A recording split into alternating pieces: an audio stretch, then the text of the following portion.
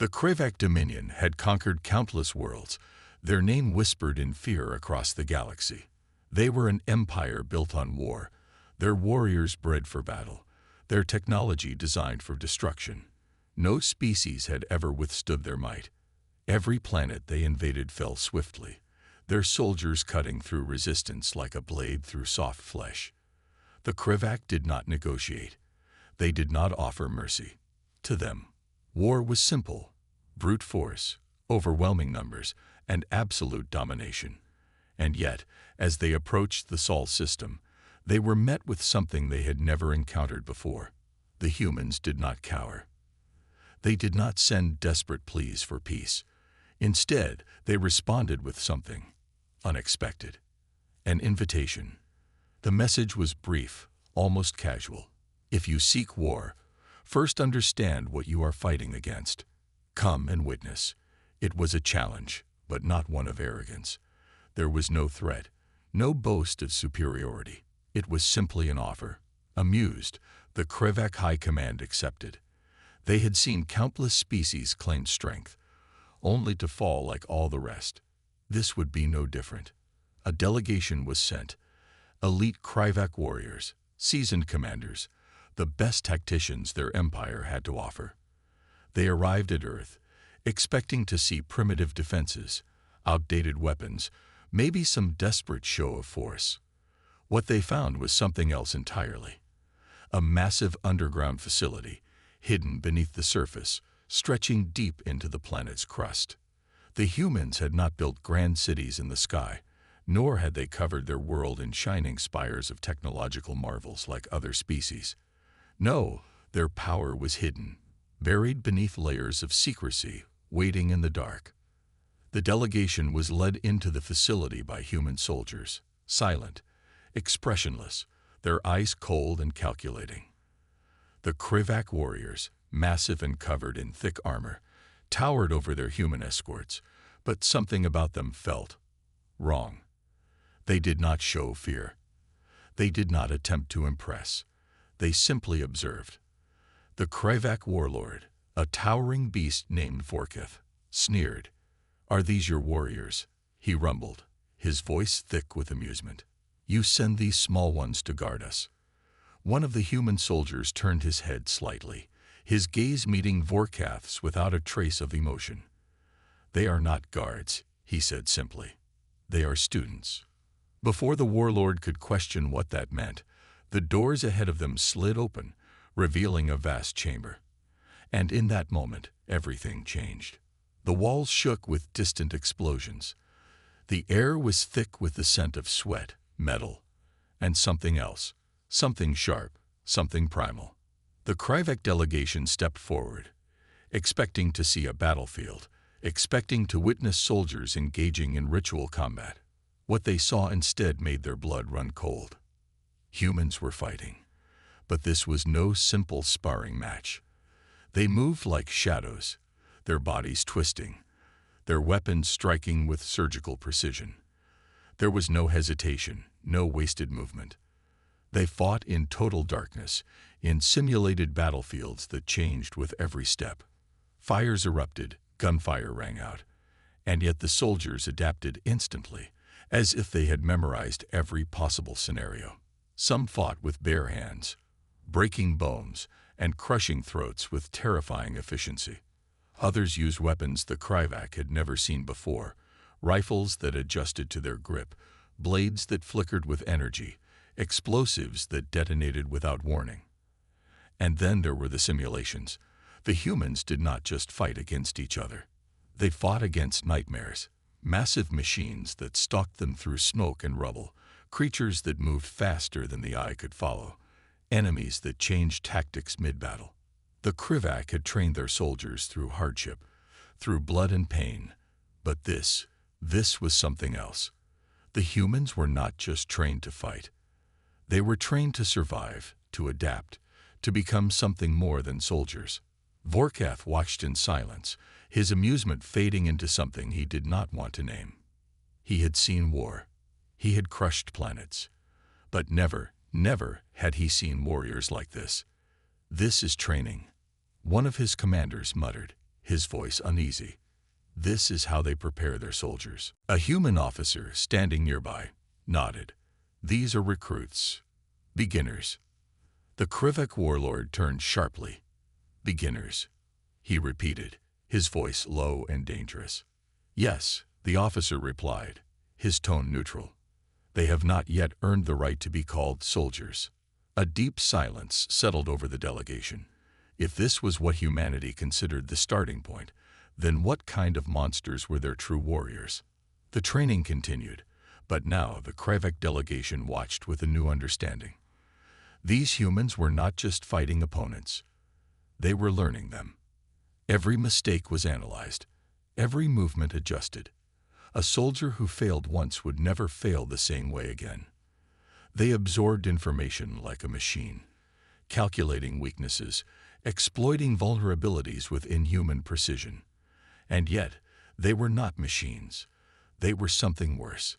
Machines followed patterns. Machines could be outmaneuvered. These humans were unpredictable, wild, capable of turning even defeat into a victory. One training exercise caught the warlord's attention. A group of recruits was dropped into a simulated battlefield, an urban war zone filled with hostile forces. The Krivek assumed the humans would form tight ranks, use superior firepower to hold their position. Instead, they scattered, vanishing into the ruins like ghosts. The enemy forces, powerful mechanical units with advanced tracking systems, attempted to locate them. But every time they thought they had a target, a distraction appeared elsewhere. An explosion, a false signal, a shadow that flickered and disappeared. The humans did not fight the way the Krivek expected. They did not charge forward in glory or challenge their opponents in direct combat. They struck from the darkness, from the unseen angles, cutting through the enemy forces with a level of patience and precision that sent a shiver through the Krivek commanders. Minutes later, the battlefield was silent. Every enemy unit had been eliminated, and not a single human had been found.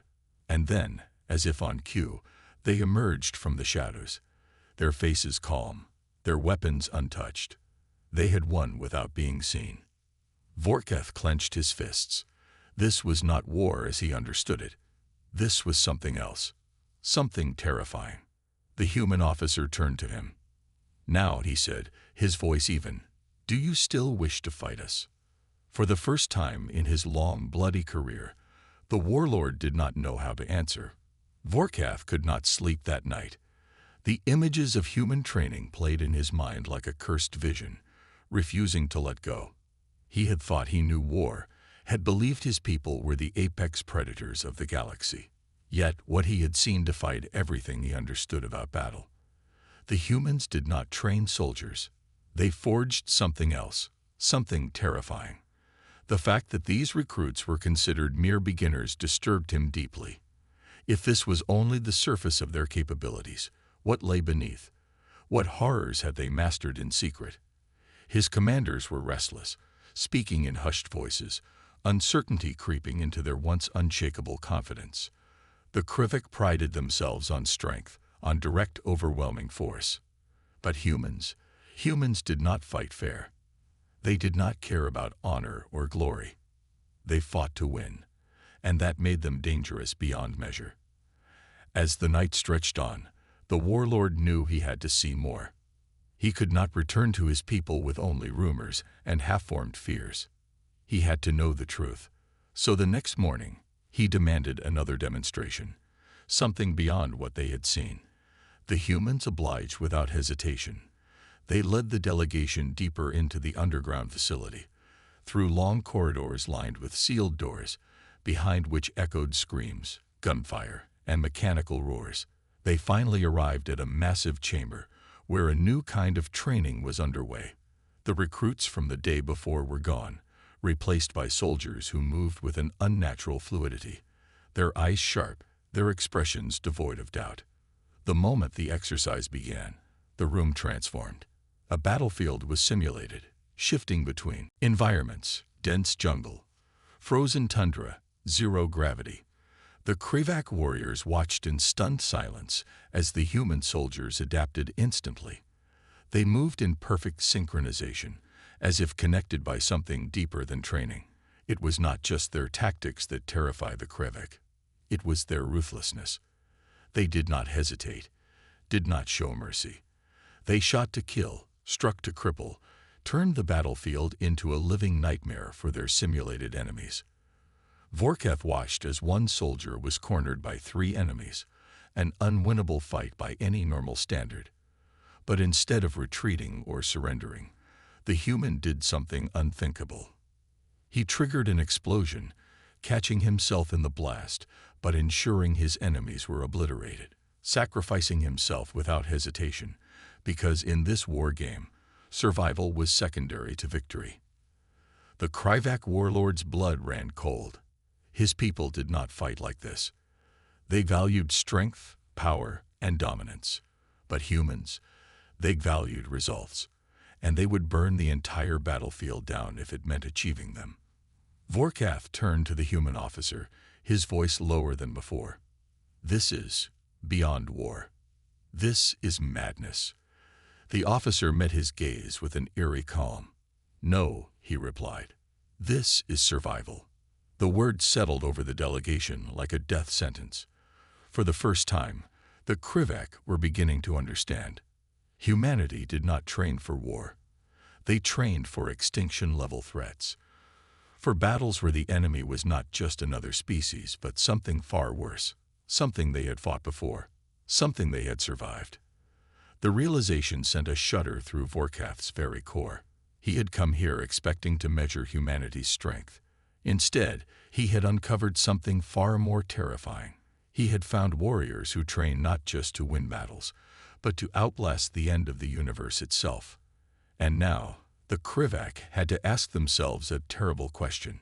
If humanity was this prepared, what exactly were they preparing for? Vorkath's mind refused to accept what he had seen, but his instincts screamed the truth at him. Humanity was different. Not just strong, not just clever, but something else entirely. Something designed for survival at any cost. As the Krivak delegation followed their human escorts deeper into the underground complex, the air grew heavier, the walls closing in around them like the ribs of a slumbering beast. This facility was no mere training ground. It was a crucible, forging something beyond war, beyond logic. The further they walked, the more the Krivak warriors felt an unfamiliar sensation creeping through their bones. Dread. The next chamber they entered was nothing like the others. It was vast, silent, filled with rows upon rows of empty armor suits, weapons unlike anything the Krivak had seen before. The room had a cold, sterile feel to it, as if it had been prepared for a war that had not yet begun. Vorkath turned to the human officer leading them, his voice quieter than he intended. "What is this place?" The officer gave him a long, unreadable look before finally speaking. The last line of defense, a flick of his fingers, and the lights above flickered, revealing something hidden in the shadows. Massive containment doors, thick enough to withstand planetary bombardment. The warlord felt his gut tighten. Defense against what? He asked, but the officer didn't answer immediately. Instead, he activated a display. The screen lit up with footage, grainy, distorted, yet horrifyingly clear. It showed battles unlike any the Krivak had witnessed, not against other species, not even against machines, but against something else. The footage showed twisted, writhing creatures, things that defied logic, things that no amount of strength or firepower could seem to stop. The Krivak warriors tensed as they watched human soldiers engage these abominations, not with panic, not with desperation, but with the same cold precision they had witnessed earlier. These were not battles for conquest. These were battles for survival. The footage cut out abruptly, and the silence that followed was suffocating. Vorkath felt something strange and alien crawl up his spine. Fear. True, unshakable fear. This is what you train for?" he asked, his voice barely above a whisper. The human officer nodded. "We do not fight for territory. We do not fight for power. We fight to ensure there is something left to fight for." He turned to face the warlord fully, his expression unreadable. You came here believing you understood war. But war is just a game of power and pride. We do not play games. We train for the day when there will be no more rules, no more honor, no more second chances. Vorkath clenched his fists. His people had ruled the stars through sheer force, had crushed empires beneath their boots, had never encountered an enemy they could not break. But now, for the first time, he wondered if the Krivak had been living in ignorance, if they had mistaken their dominance for security, while humans had prepared for something far worse. He had come expecting to measure humanity's strength. Instead, he had glimpsed the true nature of their existence. They were not conquerors. They were not warriors. They were something far more terrifying. They were survivors of a war that the rest of the galaxy did not even know had begun. Vorkath had always believed that war was the ultimate test of a species, the defining force that separated the strong from the weak.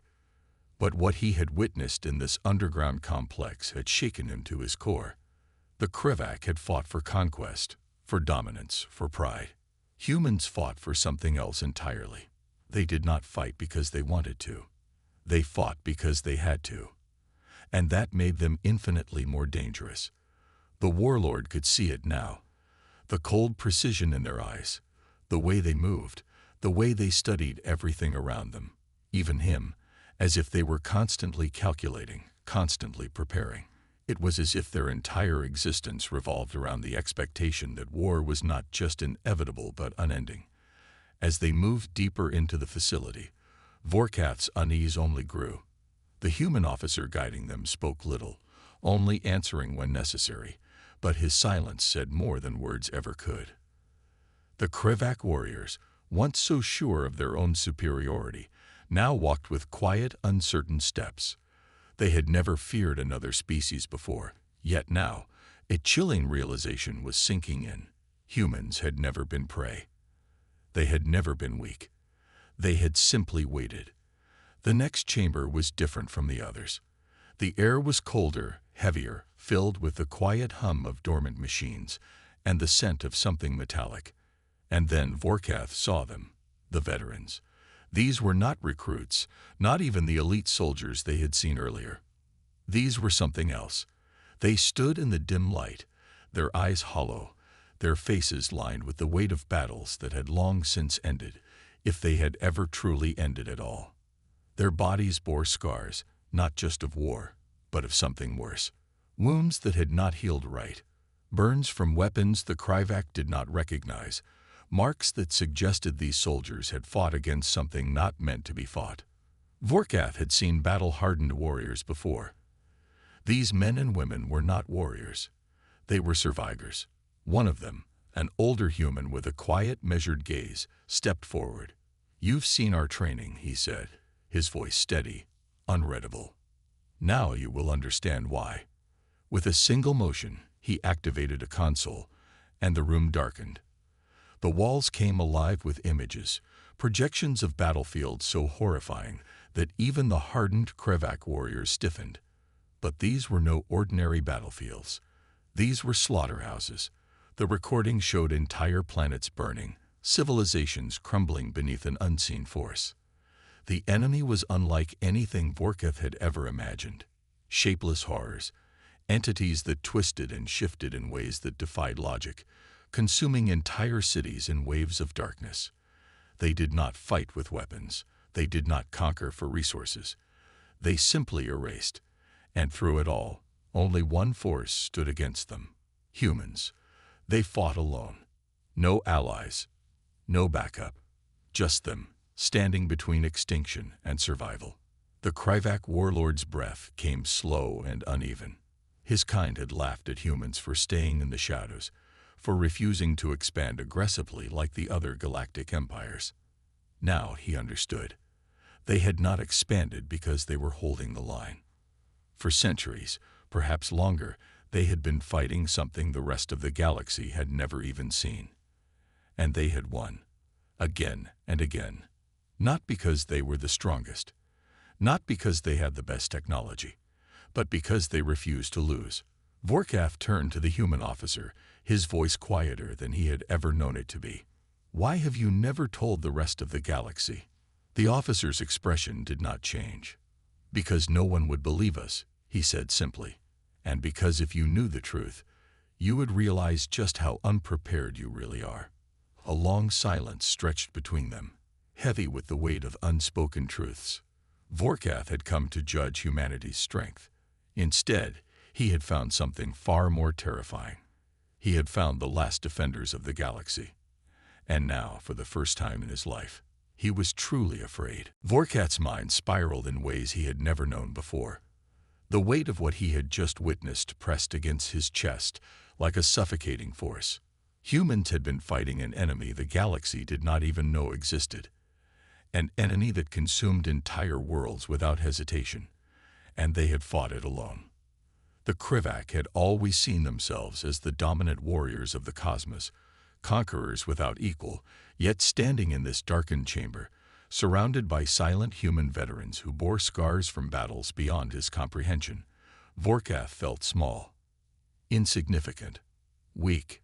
His warriors, once so proud, so arrogant, stood frozen in place, their eyes fixed on the images flickering across the walls.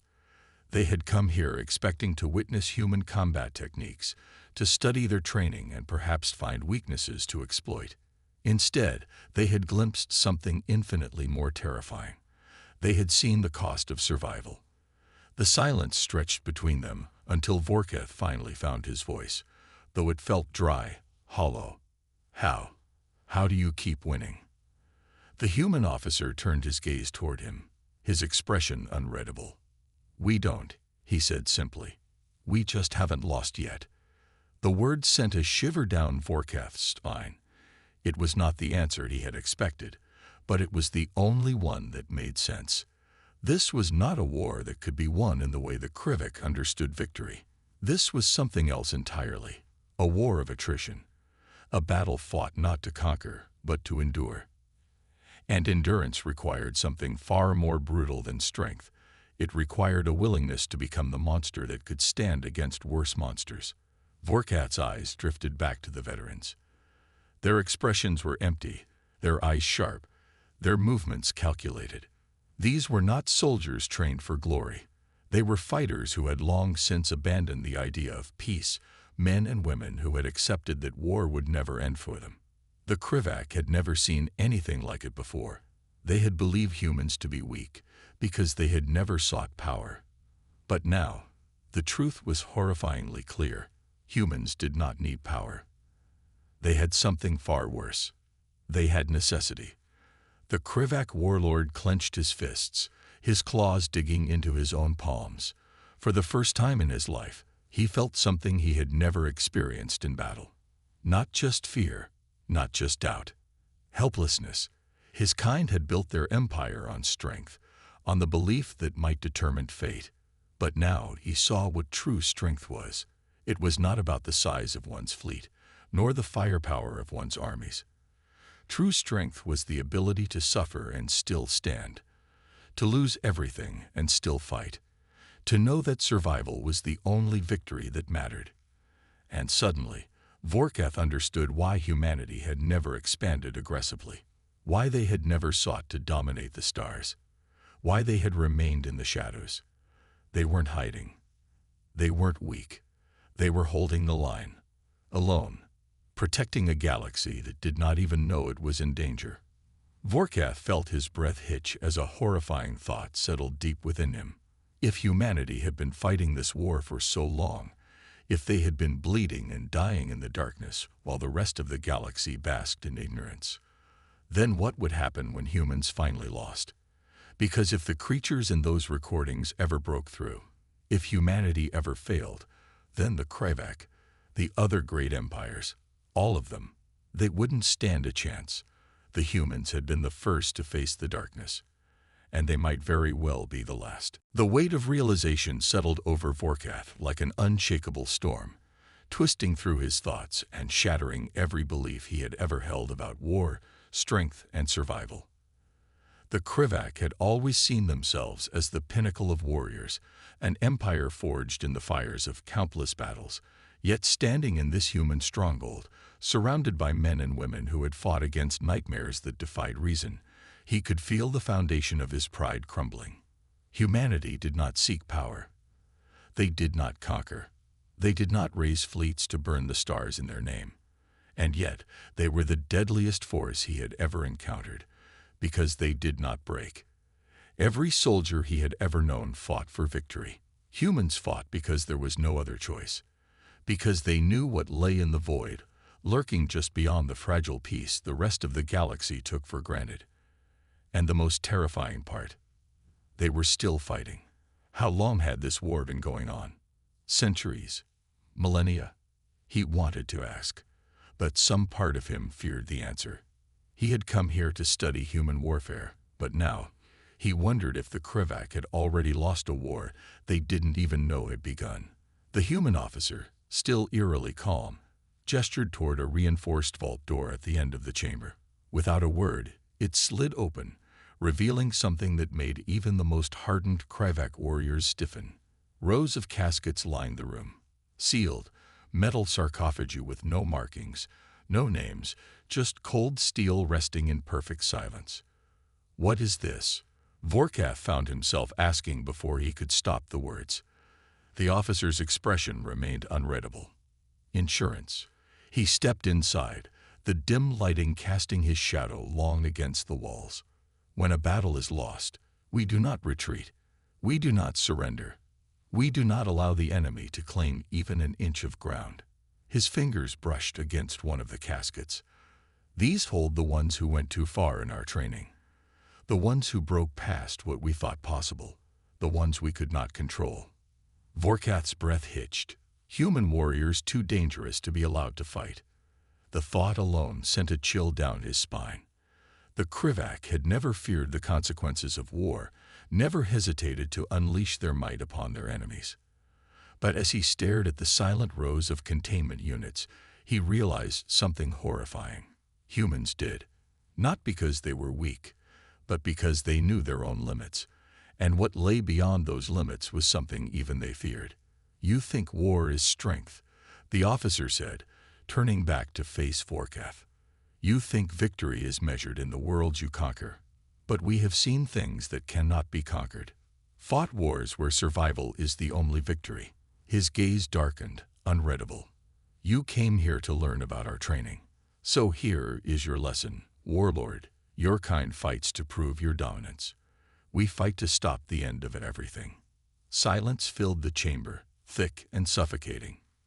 Vorkath wanted to deny it, wanted to cling to the belief that the Krivak were still the strongest warriors in the galaxy. But deep down, he already knew the truth. The humans had never needed to prove their strength, because if they ever truly unleashed themselves, there would be nothing left standing. Vorkath had seen enough. His mind screamed for him to leave, to retreat to the cold, familiar certainty of his own fleet, his own empire, where war was simple, where strength was measured in victories, where the universe still made sense. But he could not look away. The silent rows of containment units, the unreadable expressions of the human veterans, the lingering scent of metal, and something deeper, something unnatural, clung to him like a sickness he could not shake. For the first time in his life, he was standing in the presence of something greater than war, something older, something far worse. The Krivak had always believed that combat was the ultimate test, that no species could match their warriors in battle, that their empire was built to last for eternity. But what was an empire to creatures that did not care for conquest? What was strength against something that did not seek to rule, but simply to erase? The human officer had given him the answer already. Humanity did not win. They simply refused to lose. And that refusal had made them something else entirely, something that should not exist, something that should have broken long ago. But they had not broken. They had adapted. They had survived. And if they had been forced to become something unrecognizable in the process, then so be it. A deep, crushing silence filled the chamber. No one spoke. No one moved. Even the Krivak warriors, once proud and restless, stood frozen, their eyes flicking toward the sealed caskets, toward the unreadable faces of the human soldiers, toward the shadows that seemed to stretch too far, too deep. Vorkath finally understood the one truth the rest of the galaxy had ignored, the one thing that made humans more terrifying than any empire, any weapon, any force of war. They were not the strongest species. They were not the fastest, nor the most advanced. But they had something no one else did. They had seen the abyss, and instead of running, instead of surrendering, instead of dying, they had learned how to fight it. Vorkath felt a strange sensation settle deep in his chest. Not fear, not awe, but something colder. A warning. The Krivak had mocked humanity for their silence, their refusal to conquer, their reluctance to take their place among the ruling species of the stars.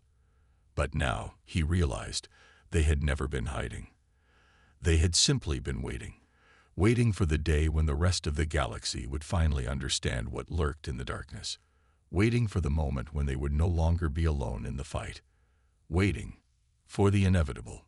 Vorkath turned to the human officer, his throat dry, his voice hollow. "And when the day comes," he asked, almost afraid to hear the answer, "will you stand with us?" The officer's gaze was steady, his expression unreadable. "We already are," he said. "You just never noticed." Vorkath stood motionless, his mind racing with the weight of everything he had learned. He had come here believing the Krivak were the ultimate warriors, the true masters of war, but now he saw how little he truly understood. War was not a test of strength. War was survival.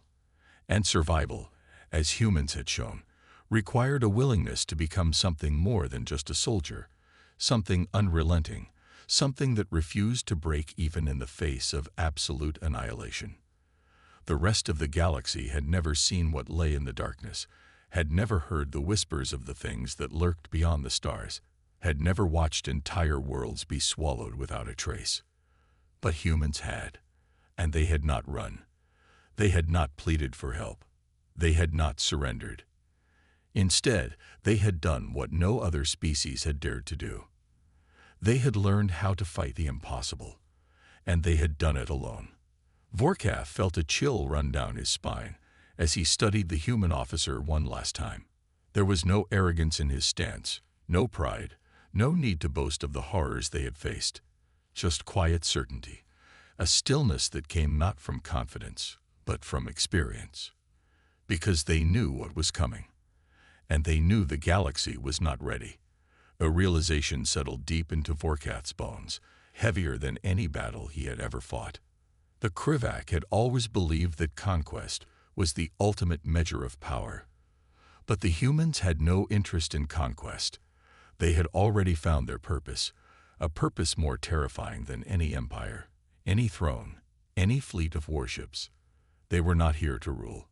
They were here to endure. And that endurance, that quiet, unshakable defiance, was the one thing that had kept the galaxy alive without it even knowing. Humanity had fought alone for centuries. Perhaps they would fight alone for centuries more. But one day, the darkness would come in full force. The great empires of the stars would finally see what humans had been fighting all this time. And on that day, when the universe finally understood the truth, there would be only one question left to ask. Would they fight alongside humanity? Or would they simply watch as the last defenders of the galaxy made their final stand? Vorkath felt the weight of history pressing down on him, a cold realization sinking into his very core. The Krivak had always prided themselves on their strength, their dominance, their ability to crush any who stood in their way. But standing here, before these silent human warriors who had fought against horrors the rest of the galaxy had never even imagined, he understood the truth. The Krivak were children playing at war. They fought for conquest, for glory, for the expansion of their empire.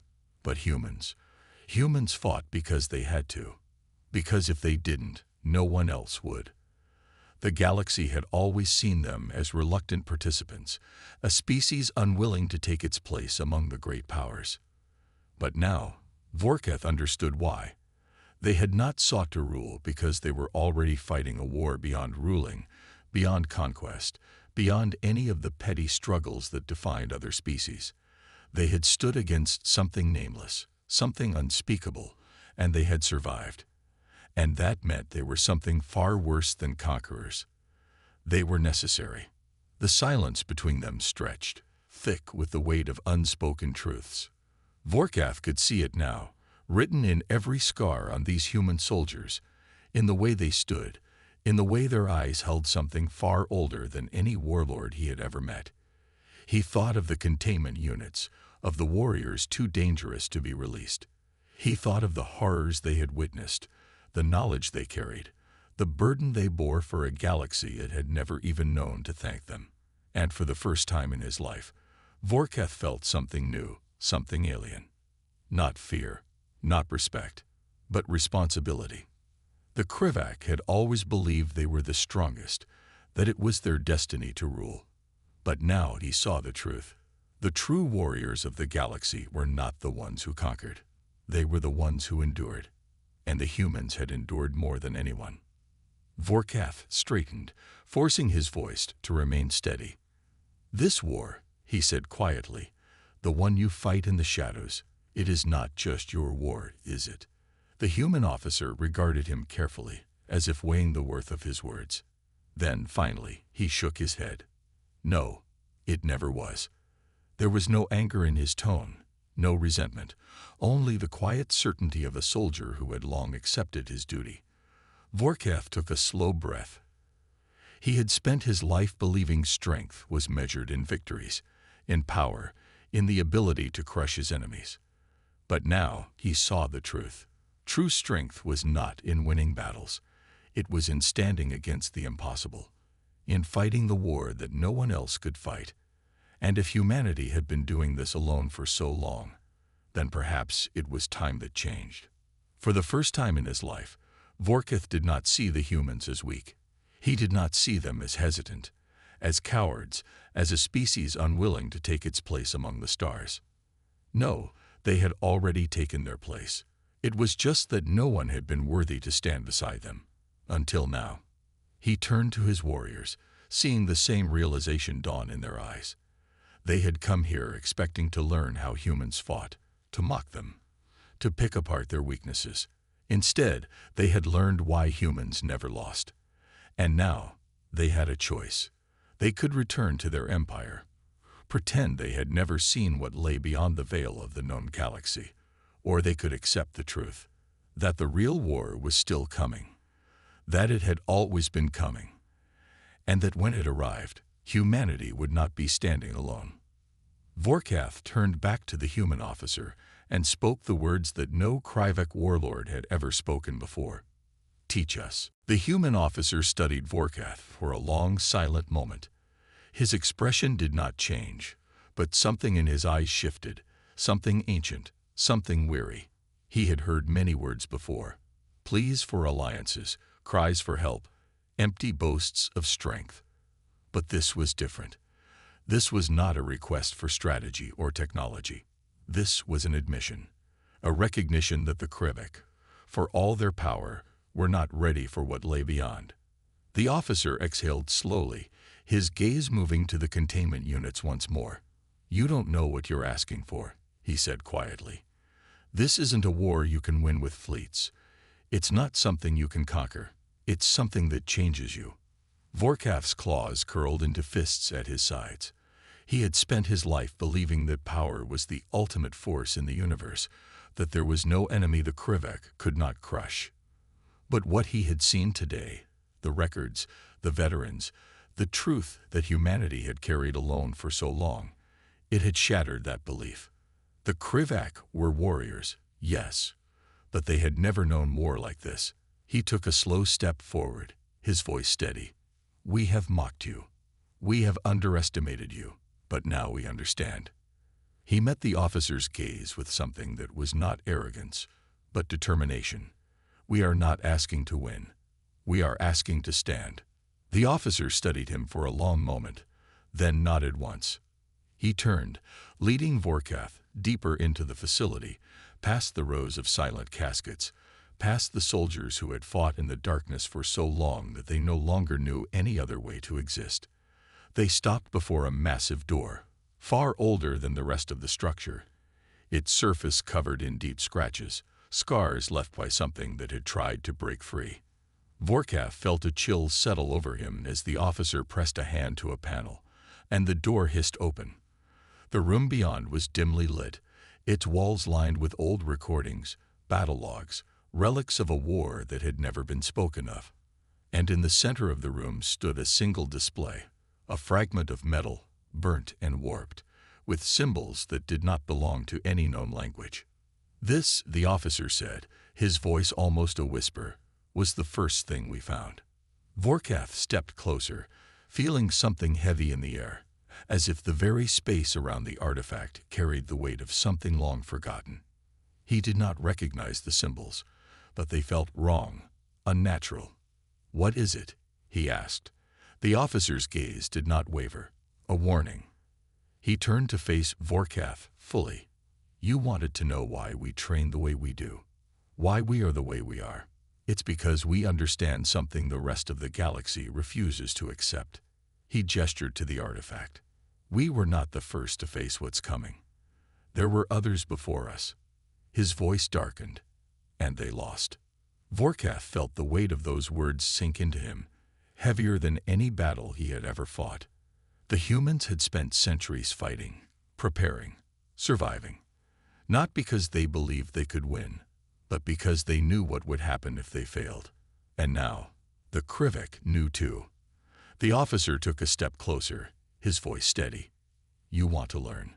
Then you need to understand this first." His expression hardened. "This is not just about saving your empire. It's about saving everything." The room fell into silence, the only sound the faint hum of machinery in the distance. Vorkath took a slow breath, his path now clear. The Krivik had always believed themselves to be the strongest warriors in the galaxy. Now they would become something else, something greater, something prepared. For the first time in their history, they would train not to conquer, but to survive. Because the war that humanity had been fighting alone for centuries was no longer their fight alone.